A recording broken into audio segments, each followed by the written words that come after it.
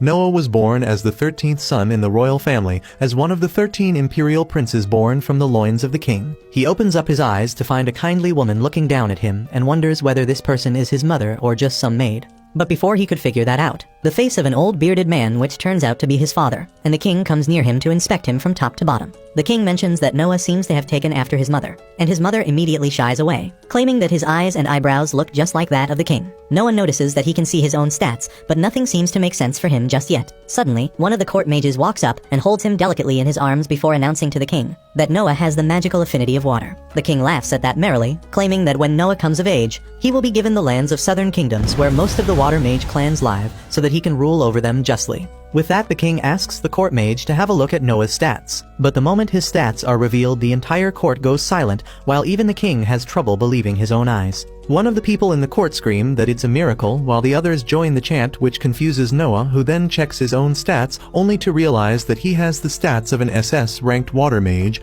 which is unheard of, let alone attaining it at birth. 6 years pass by after that day, and Noah has grown up to be a healthy young lad. He slowly learnt about the kingdom of Mirrors, which his father rules over, where things have been calm for several decades, now as people live peacefully without any war. The king is well loved by the general public, as are his sons, who are adored by the locals, as well as the noble families of the country. But Noah is not really interested in the political intrigue of the kingdom, as he has realized something in the past 6 years about himself. It turns out that he has a special gift which no one else is aware of. He can leech off the XP of his subordinates, which means that the more maids he has, the stronger he can become. This also means that unlike other people who have a cap on their levels, Noah can rank up indefinitely and become the strongest mage on the planet. His maids seem to be completely loyal to him, as they discuss how even at the age of 6, Noah behaves more like an adult than a young kid. He soon goes on to the dining room for some breakfast and thinks about how his abilities and skills are pretty limited at this point because of his young age, but if he keeps training, he should continue to grow at a rapid pace and outshine his older brothers as well. His thoughts are broken by a beautiful maid named Evelyn, who tells him that the crown prince of the kingdom